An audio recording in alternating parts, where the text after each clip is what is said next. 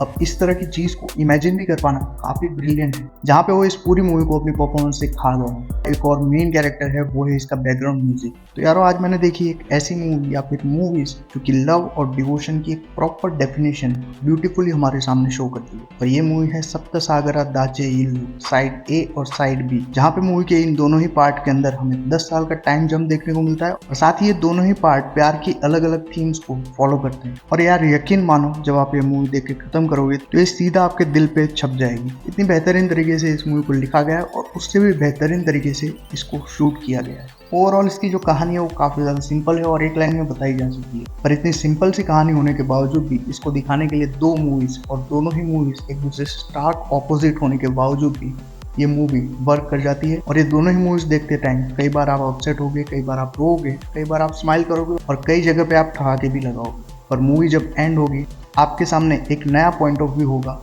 Love और relationship को लेकर। साइड ए के अंदर हमें दिखाया गया है कि मनु और प्रिया किस तरह से एक रोमांटिक कपल होते हैं, जिसमें मनु एक भोला भाला लड़का होता है और प्रिया एक स्ट्रॉन्ग विल की लड़की होती है। और उतने ही स्ट्रॉन्ग उसके सपने भी होते हैं, जिसको पूरा करने की चाह में मनु एक गलत डिसीजन ले लेता है और किस तरह से उन दोनों के बीच में लिटरली एक दीवार आ जाती है, जहाँ पे मनु को जेल में डाल दिया जाता है। और इन दोनों के बीच का डेस्परेशन पूरी मूवी में हमें दिखाया जाता है। और साइड ए मनु के कैरेक्टर से ज्यादा प्रिया के कैरेक्टर पे ज्यादा फोकस करती हुई हमें दिखती है, जहाँ पे हमें उसका ऑप्टिमिज्म और स्ट्रॉन्ग विल देखने को मिलती है। और उस कैरेक्टर को बेहतरीन तरीके से परफॉर्म भी किया है रुक्मणी वसंत, जिसमें सिर्फ वो अपनी आंखों से एक्ट करते हुए आपको दिखेगी। और मूवी के अंदर इन दोनों कैरेक्टर के अलावा एक और मेन कैरेक्टर है, वो है इसका बैकग्राउंड म्यूजिक। यहाँ पे साइड ए के अंदर जब ये दोनों जेल में मिलते हैं तो आसपास बहुत से प्रिजनर्स और प्रिजनर्स को मिलने के लिए आए उनके रिलेटिव्स मौजूद होते हैं। और इस सिनारियो के अंदर म्यूजिक को काफी ब्यूटीफुली शो किया गया है, जो कि इनके बीच के डेस्परेशन और तड़प को काफी ब्यूटीफुली ट्रांसलेट करता है स्क्रीन के ऊपर। पर साइड ए जो है वो पूरी तरह से एक स्लो वन आप बोल सकते हो, जो कि तूफान के पहले की खामोशी की तरह आता है। पर साइड बी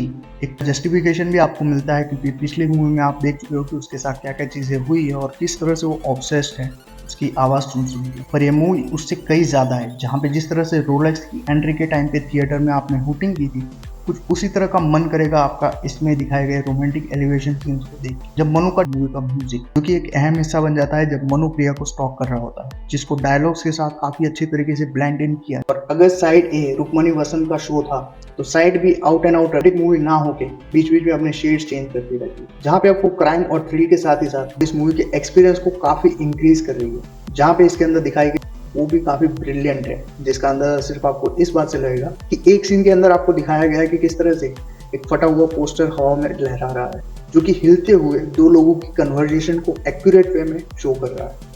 अब इस तरह की चीज को इमेजिन भी कर पाना काफी ब्रिलियंट है। पर साइड भी धीरे धीरे डार्क होना शुरू हो जाती है, जहाँ पे मनु किस तरह से सुरभि नाम का एक कैरेक्टर भी ऐड किया गया है। इस कैरेक्टर की कहानी बहुत पेनफुल है, जहाँ पे वो मनाया गया है कि किस तरह से मनु उसकी तरफ देखने के बदले मिरर के थ्रू उसकी तरफ देखता है। और साथ ही सुरभि और मनु के बीच में एक पैरेलल सेट किया गया है कि किस तरह से इन दोनों को ही समुद्र से नफरत होती है, पर इनके रिलेशनशिप और लव के चक्कर में ये दोनों बीच में भी देखने को मिलता है। तो ये था मेरा रिव्यू इस एपिक लव सागा का। अगर आपने इन दोनों मूवीज को देख लिया है तो कमेंट्स में अपने थॉट्स शेयर कीजिए। वीडियो पसंद आया तो लाइक और चैनल को सब्सक्राइब कर लेना। मैं मिलता हूँ आपसे अगले वीडियो में, तब तक कीप बीइंग फिक्शन फैंस।